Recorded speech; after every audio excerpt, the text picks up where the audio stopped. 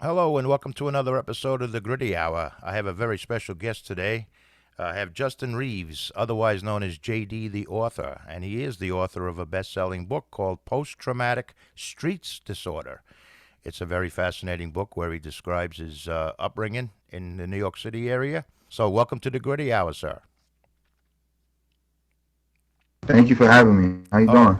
Okay, we're honored to have you. So you're a best-selling author. How's that book? Is it still kicking? Still going Oh strong? yeah, it's definitely going strong. We actually just dropped the physical copies, so the physical copies just came out. Okay, very good. And that's available on your website? Yeah, the physical copies is available on my website, www.jdtheauthor.com.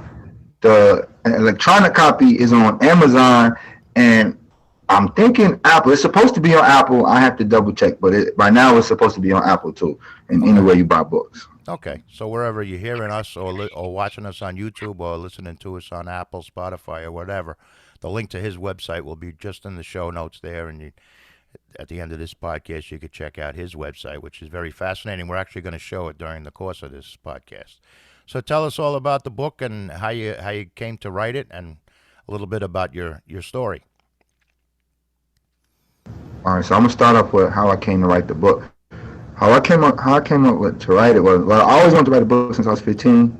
So when I was incarcerated, but I didn't get to finish it. I knew my life was interesting, so I took my thoughts, put them down. I couldn't finish it. Then eventually, through life, there was something I always wanted to do, but I just kept getting distracted. And then 2020 hit, the pandemic hit. We all stuck in the house. So I ended up starting a company, a book publishing company. And then I put the book out. Well, I didn't put the book out. I put some writings out online. And then those went viral.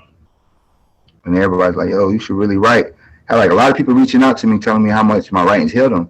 So from there, I started back. I was like, I started getting my confidence. You know how you do something, you feel like you're getting good at it. And then you start getting the confidence behind it.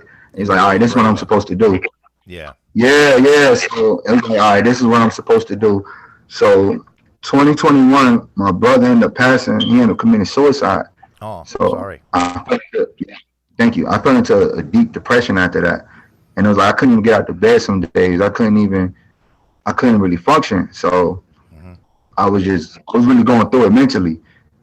Then you know how you talk. I was talking to him, like just talking, and eventually the stuff I'm supposed to say to him, it started helping me, and I started heeding my own advice.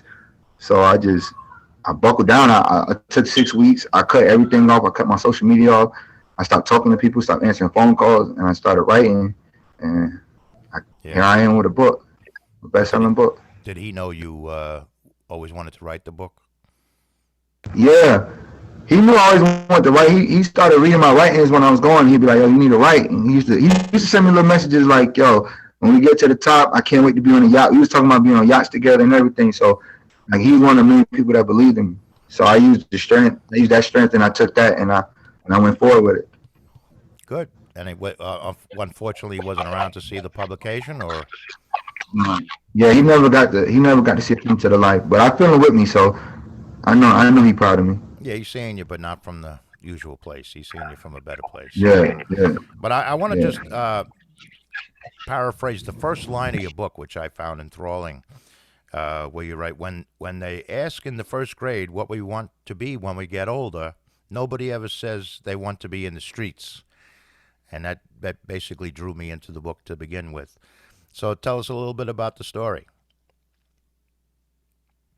So I came with that essentially because when we start anything, right, we automatically, when we started basically in kindergarten, you know, when they asked us, what you want to be? Nobody ever was like that. We all eventually became that. We all eventually experienced things that pushed us in a direction, whether it be our environments or whatever. It all led us to that direction. Right. So that's where that sentence came from. I just know when I was in kindergarten, I know I can't tell you my exact answer, But I never, and I even been to kindergarten classes, my kids' kindergarten class, and ain't none of the kids ever said nothing crazy about being anything bad. It's always something like a superhero or a doctor or a lawyer. Everybody had big ambitions when they was younger. Yeah, but life has a way of twisting and turning as you get older. You know, exactly. We all started out pure. We all started pure. So that was another way also to remind people of that. That Hmm. don't. It's like I don't want people to judge people. That's another reason why I wrote this book is because it's like a lot of judgment. It's not only it's for people like me, also for people who judge people who don't understand. Some people who come from walks of life they can't control. Their backgrounds or their environments affect the way they are. Yeah, there's not a lot of that out there. But so you had a rough upbringing. I'm going to say. Can you tell us a little bit about Yeah. that? I know you were in All right. Well, foster. yeah. You were in foster homes mostly when as a child. Yeah. I grew up in foster care. I never knew my mom and my dad. They was on drugs as an age, so they put me straight in foster care. So I had to go to different foster homes. I've been in and out of juvenile facilities. Um, I ended up having kids early. I had my first child at 17. So that really kept me like in the streets and one foot in, kind of one foot out, but some mostly in the streets until I got older. Until recently, really, Hmm. maybe a And few you years, about a year ago. and now you have three sons that you're raising on your own. Yeah, yeah, That's a pretty hefty challenge right there. it is. But it's a challenge that I embrace though. I love it. Yeah. That's one of my that's the thing that make me who I am. Hmm. So you titled your book "Post Traumatic Streets Disorder," which I think is a nice turn of phrase there. You did touch in the book about the stress and the post traumatic stress you get from growing up in a certain environment.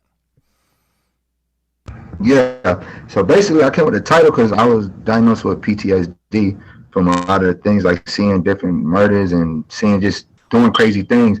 So they gave me that diagnosis like 15, something like that. So I always knew what post traumatic stress disorder was, but as I got older, I started realizing that a lot of my trauma came from the streets.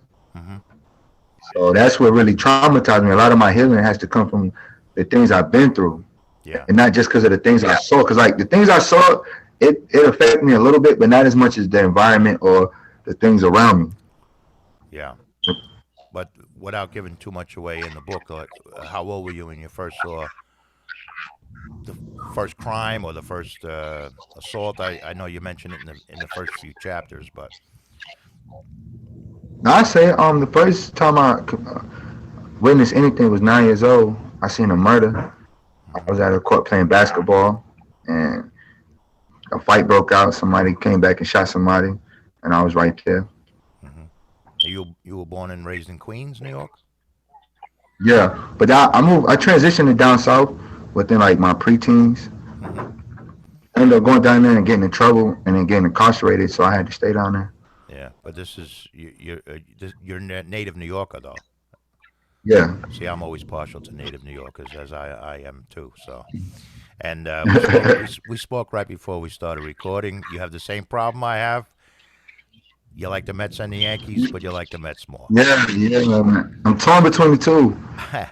Well, you're a young man, I can tell, but behind me is a picture of Ed Kranepool, but I think that's a little bit before your time. I don't know if you knew who Eddie Yeah, Kranepool was. No. So, walk me through some of what the book describes. Like, give our listeners an idea of what you touch on and how you got to the point where you are now. all right. The book basically describes. It's gonna have a lot of healing in it. It's about mental health. It's about overcoming adversities, going through challenges. Like I basically just give you my mindset of not giving up. Like no matter what, no matter what came through to me, no matter what I faced, I never gave up. So just to give hope, really. Hmm. So your book takes you from point A to point where you are now. Yeah, Do you describe the transition? Do you leave it all out on the table, so to speak? And before you continue, I'm just going to yeah. tell people I'm going to share your website so people get an idea what they can find on jddauthor.com. But go ahead. I'm sorry to interrupt you. Yeah, so yeah, you're gonna get it's really raw transitions because a lot of the stuff I was actually going through at the moment. So it's not like I went through something, then went back, thought about it, and like the early childhood stuff, yeah. But most of the stuff from the up to date is like things I'm going through currently. A lot of the mindset currently. I didn't move away from the hood and write this book. I'm still in the hood, so that's what make it pure. Right. So it's an ongoing battle, so to speak. Yeah, it's growth. It's growth. It's transitioning to a new part of life. It's turning away from an old life to a new life, basically. Hmm. And what The would you true American dream. absolutely? What would you attribute the biggest influence on you in terms of turning things around or pushing through the adversity? My kids, Hmm. the way they believe in me. They believe in me sometimes when I didn't even believe in myself. Hmm. And they're still young. Well, you look like a young man. I don't know how old you are, but I'm sure Yeah, I'm sure your kids are still yeah. young. Yeah, 11, 10, and 3. yeah. So, do you plan on being an author going forward? You probably have a lot more stories to Yeah, tell. yeah. It's gonna be plenty more books. I'm gonna release one later this year, Hmm. so it's gonna definitely be more books. Yeah. Motivational speaking. Hmm. So, are you a self-publisher, or do you have a publishing house, or I'm self. This one is self published. Eventually, I'll probably go with a publishing house. Maybe not, but this Mhm. one was self published. Okay? So, and then you put it on. Is it when it became a bestseller? It was on Amazon. Was that the primary Yeah, place it it sold? was Okay. on Amazon. Yeah. Yeah, I did. I found it on Amazon earlier, a couple of days ago. So I want to talk a little bit about your website, which is pretty involved. This is pretty interactive, and you have a Yeah, blog attached to it as well. Correct? yeah. Those a lot of those was my early writings I was telling you about earlier. I am not okay, what I will be. I got one dedicated to my brother called "Taking Life for Granted." I got one on there called "Microwave Love." Um, the I got it's a couple of them on there that is actually interesting. It's just my thoughts, things that be on my heart. I put them down and Hmm. write it. Those of us watching this on YouTube can see a lot of people have reacted to his book. It's a lot of rave reviews, so to speak. Yes. Yes, yeah, that's people. That's how they felt about it, and it Hmm. really touched me to see how it affects people and the things people say about my book. It really Yeah. touches me and it made me feel good. That's what I did it for. I wanted to help people, like, and how people relate. Like I had somebody in Wisconsin that's never even probably don't even know nothing about the street. That probably grew up on a farm or something. I don't even know, but they just said how much it touched them and how much it moved and made them look different. I had pastors reach out to me and say that it gave them a different point of view before. So just all the perspectives that it's been getting and the reviews that it's been getting has really been real good for me and real Hmm. good to me. You mentioned pastors. Are you Christian? I'm more spiritual. Just spiritual? I feel like yeah, I'm just spiritual. I just feel like that there's some truth in everything. So Do you find that that I helps ain't gonna you? say which one. No, that's all right. Yeah, yeah, that definitely helps me. That Hmm. I don't feel like anybody really like lying. I just feel like whatever you believe in is best for you to believe in it. Whatever gets you through. Hmm. We all have a different perspective of life. And there's a picture of your three motivators right there. You know. Yeah. So it's a full story. That's a good way to describe it. It takes you. We always like to say on our podcast, we get down to the nitty gritty. This book definitely takes you through the nitty gritty of what you've been through. Um, but explain to our listeners a little more about some of the things you've been through. Oh yeah, some of the things I've been through, man. So like exactly what do you want to know? Like exactly like let's hit it on the head. Like what exactly Well, where do you want to go? what other trauma have you experienced growing up in Queens?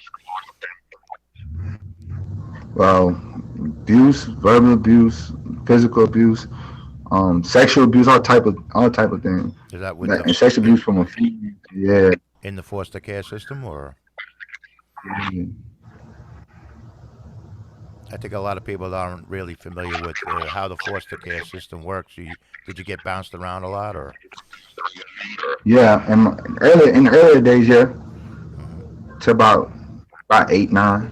Were they in different states, different? Was it No, all in New York? New York only. Hmm.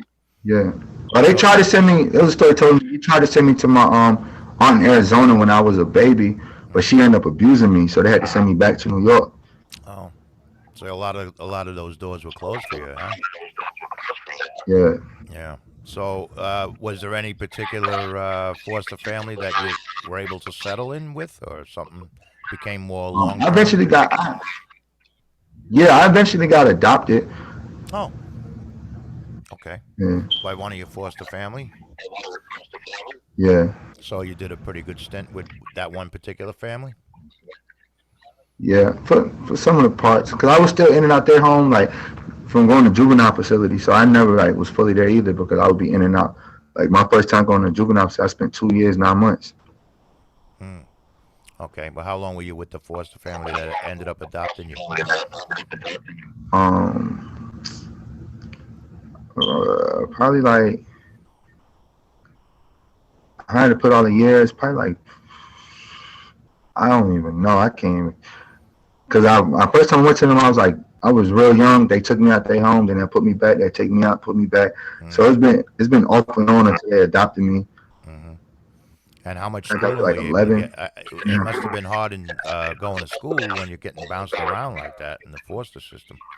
Yeah, me and making a lot having to make a lot of new friends to the Mm-hmm. point actually when I was younger I kind of stopped caring about school. I just cared about being bad and stuff. I Mm. fight a lot. During that whole time, was writing always something you went to? Writing things down, like a diary, or I wrote once when I was real young, but when I got probably 15 is when I really started. 15 to be the age where I really started like diving into writing poetry, writing how I felt down. Because I really ain't had no avenues. I never had like nowhere to go to talk to anybody to really talk to. So that was my like that was the way I would be able to express myself. so your best therapy is writing for you. Yeah, that's why I get my true therapy. Yeah. Gets it all out and puts it all down. When you read it all back, do you do like a self analytical thing where you you step outside yourself and read what you just wrote? Yeah, I'm my biggest critic. Mm, I'm my biggest critic, but I kind of got better with myself because I understand that some stuff, everything ain't for the world. So I like some stuff I just keep as personal. Like I got a lot of stuff in my notes, in my on my word. It's a lot of things. It's enough for a whole nother book, really. But I just don't. A lot of that stuff is so personal that I just keep to myself. right. Well, yeah, you can't let it all out. But so you mentioned you have something else coming up in the future, book wise. Yeah, I got some. I released the title cover. I release all that by the end of the summer, Mm-hmm. early fall. Mm-hmm. But it'll definitely be out late fall, early winter.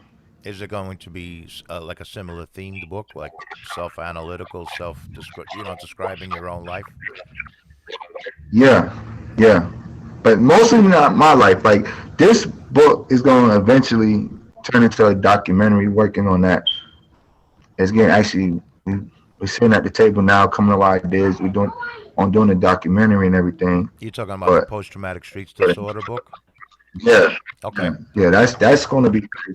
But then the next book is really just diving. I don't really want to give no secrets out, but Hmm. it's going to really be a good book. Hmm. So you have this thing is on available on Amazon, but you can also order post traumatic streets disorder directly from JD's. Is it all right if I call you JD, by the way? Yes, definitely. Okay. You can order it directly from JD's website, um, jdtheauthor.com. So, and I've already shown the testimony. I'll actually show it again, but there's a lot of people who rave about the book. If you do go on Amazon, if you're in that habit of buying on Amazon, you'll see a lot of similar reviews to this, mostly 5-star reviews from people who have read the book and were moved by it. So, obviously, he's a talented writer. And did you expect it to be the bestseller it turned out to be? To be honest, no, I didn't put no expectations on it. Hmm. You just wait. I guess. Yeah, I just was really like I didn't have expectations. Like, it was until my editor was like, "Yo, you got real potential." Hmm. And that they're the That's one. when I felt like. Mm-hmm. As I was going through the editing process, purely writing, I didn't have no expectations. I just knew I wanted to do it. It was just like I'm one of them head first type of people, so I just go in things head first. So I really don't think about things. Mm-hmm. When I don't, that's a gift and a curse. That's one of my gifts and curse. But I Mm-hmm. head first with it, so I really wasn't like, oh, this is gonna be this. This I didn't. I just wanted to write a book, so I just did it. It's Right. when I was going through the editing process, my editor was like, "Oh, you got this. This is one of the best things I read in a long, long time." It reads very well. And are you self-trained writer? Yeah, Mm. It reads I very well. am. It almost reads like you're sitting down talking to you, like you're sitting down talking to the person, which is definitely a Thank you. gift. Not a lot of people have that gift. So we're looking forward to that. And I just want to, where did I see? We're going through your website. I'm sorry for those of us that are listening rather than watching. Where did I see that? I put a lot of quotes on there. If you start like you see what it said, it's not do not go where the path may lead, but instead go where there is no path and leave a trail. Ralph Yes. Waldo Emerson said Yeah. that, and That's. that quote right there means every. That's where I basically model my life on because I've never been a follower type of guy. I've always been the person that I'm gonna do what I want to do. I've never been like I'm gonna go with the crowd. I'm gonna do what the crowd do. I just always was the type to do my own thing. Hmm. And you do uh, motivational speaking as well. Motivational speaking. Yeah, Do you yeah. work? Motivational speaking. Do you work in the schools or? I actually got an appointment for one, but I go like I've been hired. I did two events so far. I Hmm. did a fatherhood event, and then I did like a little conference. So I'm two events in from actually like being a professional at it and getting paid for it. Hmm. Are you well received? Do the people appreciate it when you? Yeah, Hmm. yeah. But I'm my biggest critic. Like I said, I'm my biggest critic. So like I don't ever feel like that's my best. I always feel like you could do better. Like I always cringe. Like even with my interviews, like I cringe still. Like that's it's just my reaction is like, oh, I could have did this. So I'm always trying to figure out what I can do better. I'm always working on me. Yeah, well, that's the key to success is to be a perfectionist, and being your own worst critic. So they say is also a motivator. So how do your kids respond to having a father that's an author? And they actually love it. Hmm. They actually love the fact, and it's actually motivated. I could tell, like, even one of them was talking to me about writing, and I told him whatever he need, I help him. Hmm. If he want to write one, whatever he want to do, I got him. Hmm. So I'm assuming you're raising them in hopes of avoiding the same pitfalls you had. They have a home to be in, which is more than what you had growing up. Yeah, yeah. And it's not even hope; it's determination. Hmm. You know, it's not hope is like maybe, maybe not. This is I'm determined to make that happen. I'm determined to get them stability. I'm determined to give them a life better than I ever had. So it's Hmm. not just something I'm hoping for. It's something I'm gonna make happen. Right. Well, that's inspiring to hear. Yeah. So how long did it take you to write this book? You started when you were 15. Is on this particular book, or did you just bang it out and starting in 2020 when All COVID right, hit? 2020. I started this book 2021. Okay. I'm gonna tell you the process, and this will help anybody that's really trying to write. Anybody out there that want to write. So for me, there was several processes with this editing, but my first draft took me the 6 weeks. It took me 6 weeks exactly to write the first draft of it. From the time I started to the time it was published, about 5 months Hmm. Is to it get but where I was at. but So you had a pretty clear idea what you wanted to put on paper, and you had the ideas in your head. yeah, yeah, the idea come in my head. I have my own little process of writing, but for the most part, and really my editor, I had the right people. I had the right people around me.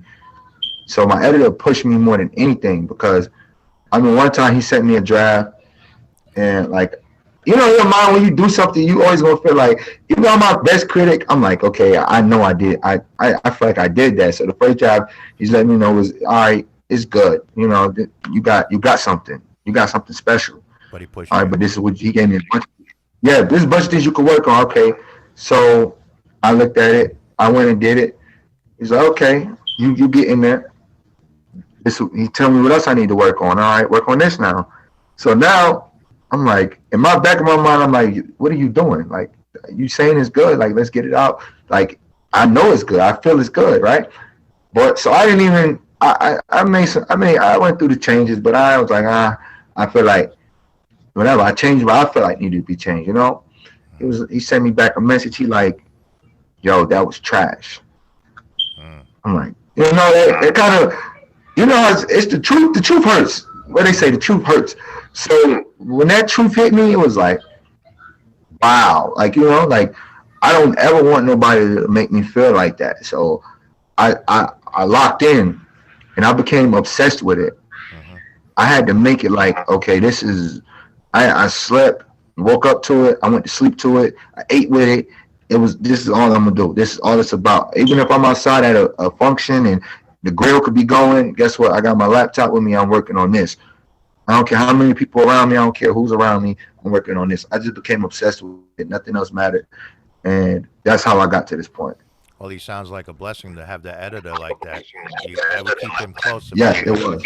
yeah, Yeah, definitely, definitely do. so, Shout out to Matt. someone that's not afraid to tell you it could be better. Probably because he saw what No, it could definitely, be. Yeah, yeah. So, exactly. You, everybody needs like no, go ahead. I'm sorry, I interrupted you. I said. Everybody needs somebody like that around that's gonna be honest with you. You know, Hmm. Hmm. So, the book itself brought you to a better place, or just you pushed through on your own, book or no book, you'd still be. nah, it was definitely the book. It was definitely the book brought a lot of healing. Writing period. From the time I started publishing my writings out online from at 2020 to now, it brought a lot of healing and gave me a lot of acceptance. Like I wrote something like, I accept what I cannot change. So a lot of my peer thoughts when I was at my lowest point, when I was at like another suicidal point, and the things I wrote then, it really helped me get to the point I'm at now. And it made me understand like, okay, like even with accepting, like one of the hardest things for me to ever accept was the fact I never got to see my mother's face, like, and the fact that she smoked drugs while I was in her belly and I was born a crack baby. So it was like that was one of the things that for a long time in my life that was hard to accept because it was like, how could you love me? And if you can't love me, then nobody in life can love me. Like I felt like nobody would ever love me because you couldn't love me. You couldn't even stop smoking with me in your stomach.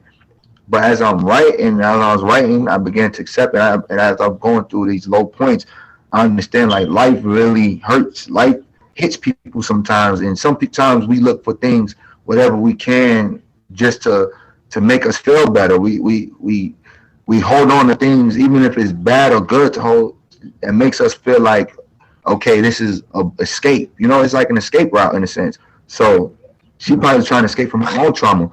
So writing it down and me venting really helped me because I realized, you know what, she's probably just trying to escape from her trauma and it has nothing to do with me. I had to learn like her pain had nothing to do with me. She was going through her things on her own that was just bigger than me sometimes, and I understood that. Right. So your writing enabled you to see life from her point of view a little bit. Yeah, Mhm. yeah, And yeah. I was able to. have you ever you never met your father either, or was he around in the early part I of your never, life? I never, I never seen either one of them. I don't know what they look like. I never seen a picture of them or nothing. Hmm. So the only family you had was the one in Wisconsin, No, not Wisconsin. No. wherever you said before. I'm sorry, you had an aunt. Yeah, Arizona, Arizona. Oh, Yeah, Arizona. to my knowledge, I got family in New York that I never met. I got a lot of family in New York. I got 18 brothers and sisters that I never met. I Wow. probably met like when I was younger. Wow. Well, you keep writing best-selling books. They'll come to meet you. Yeah, they gonna come out. Right? They gonna come out eventually. Yeah. Well, I'm interested to know how long did it take you to write this next book you got coming out? Was it a longer process, or are you still writing it? Or I'm actually taking my time, more of my time with it. So I didn't buckle in. So the stuff I'm writing now might not even make the book because of the stuff I'm writing now.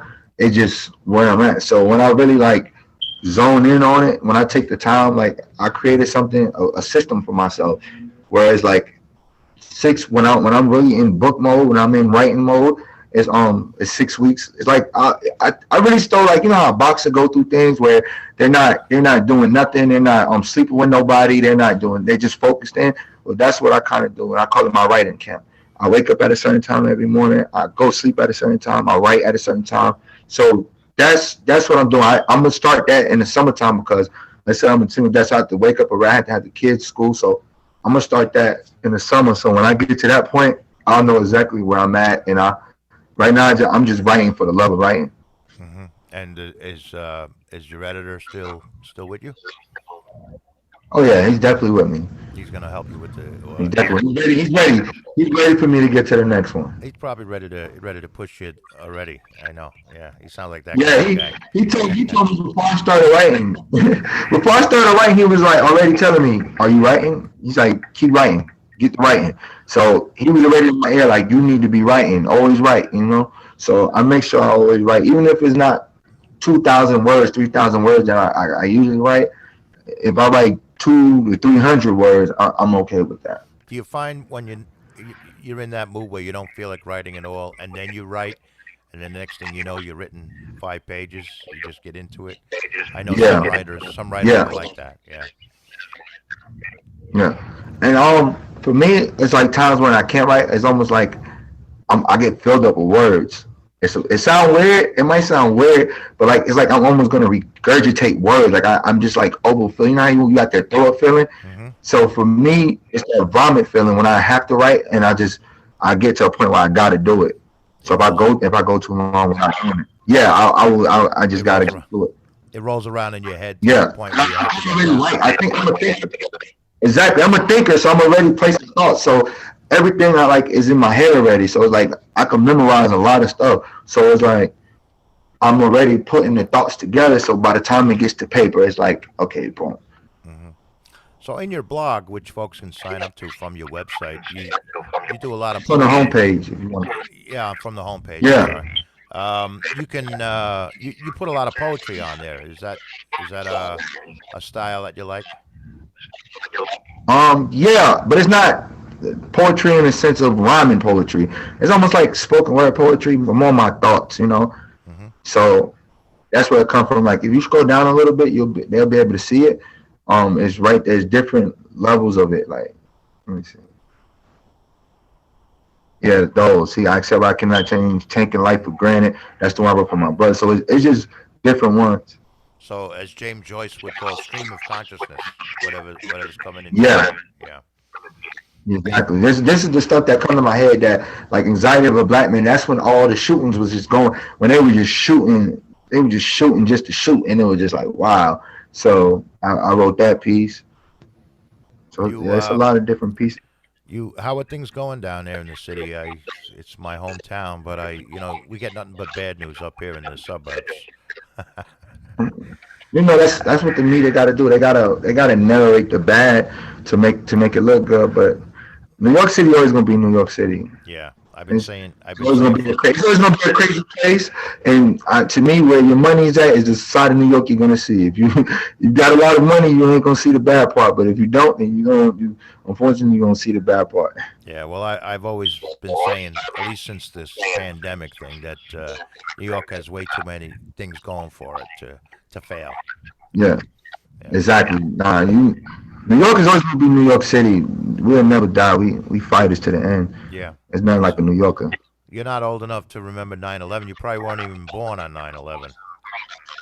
Well, I'm 29. Oh, are you? I was Yeah. in I was in I was in fourth grade when 9/11 happened. I walked out of class. I never forget. I walked out of class. I was walking around the school, and I walked in the principal office, and everybody was crying. And then they was looking, and then I remember when the building hit, the plane hit the building. I was watching it, Hmm. and then they looked over at me and said, "Why are you out your class?" Yeah, that's where I got my PTSD. But Wow. at least that's what my doctor says. But the blog is a very interesting read, and it's a removal a little bit from the narrative in the book. It's almost a different style, as you say, stream of consciousness, or just what's coming into your head. So Right. I do recommend anybody that visits the site to sign up for his blog because, like I say, it's an interesting read. And I'm looking very much forward to your second book. And what's your ETA on that right now? You're hoping by the end of the It's summer to have? definitely to be published. It's gonna probably be around the same around my birthday. I don't know. I feel like if the first time that worked, so I feel like the second time, why stop a good thing, right? Well, I stop a Absolutely. good thing if it's going good for you. I'm not gonna stop it. So I feel like around my birthday would be a perfect time, and then I'm about to be 30, so that's changing over to a new decade, and That with all might these be new opportunities and new things coming, so it's definitely a great time to drop a book. that might be very appropriate. And when is your birthday? November 3rd. Okay. So that'll give you the whole summer. I don't think slow down, especially it's got to be difficult to be a writer and raise the three kids at the same time. But school will be out and it'll be a little bit slower that you can maybe focus. Yeah, Yeah, is that what you're shooting for? it's way easier then because it's like the schedule. I could create a schedule for me, and they in a sense to have a schedule, and I work off of them.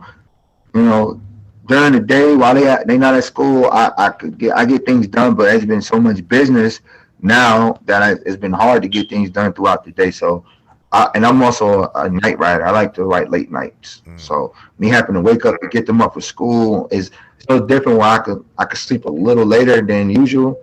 mm-hmm. I could step a little later. Mm-hmm. It's a little easier.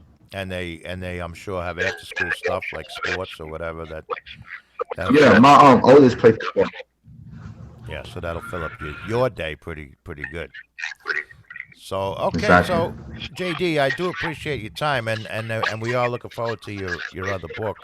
I just wanted to reiterate, anybody listening to us or watching us on YouTube, it's jddauthor.com. I highly recommend you check out his website, and while you're in his website, sign up for his blog because you'll enjoy his writing immensely, and I think it'll prompt you to go out and buy the book because I think you'll enjoy the book. And we're certainly looking for your next book, JD, when it comes down the pike around November. Thank you so much. Thank you. And maybe reach out to us when it's ready to rock, and we'll get you back on the podcast for that. Right, definitely. Everybody out there, follow me on Instagram underscore JD the author, and Yeah, let's. please get your copy now off Is the website. is that where Right it's there, press easily the buy now. is it easily available from there? Yeah, we're Okay. having a small issue with Amazon, so we hope Amazon get it right. But we're having a small issue about having it on Amazon right now, with files and all type of stuff. So basically just right now on my website. All right, but you got people can order it right from your website, and you'll take care of it from there, Yeah, right? right Or from you. my website. Yeah, right from my website. There's links to it. From my Instagram, you can get to it. So, Hmm. All right, very good. So, what is this pre-order? That's not the next book, is it? no, no, Oh, no, no. oh, that was for this thing. Okay, That all right, I got it. yeah, that was for this one. I don't know if you can see I'm on your Instagram page now. So, Yeah, I see it. yeah. All right, JD, thank you so much for being our guest tonight. I had a good time, and I again encourage everyone to go out and buy that book. I think you'll enjoy it immensely, as did we. So have yourself a great evening, and take care of those boys. Remember, they'll be spoon Jeff, feeding thank you. you one day. I know, right? I know, right? All right, thank you so much, JD. Take care.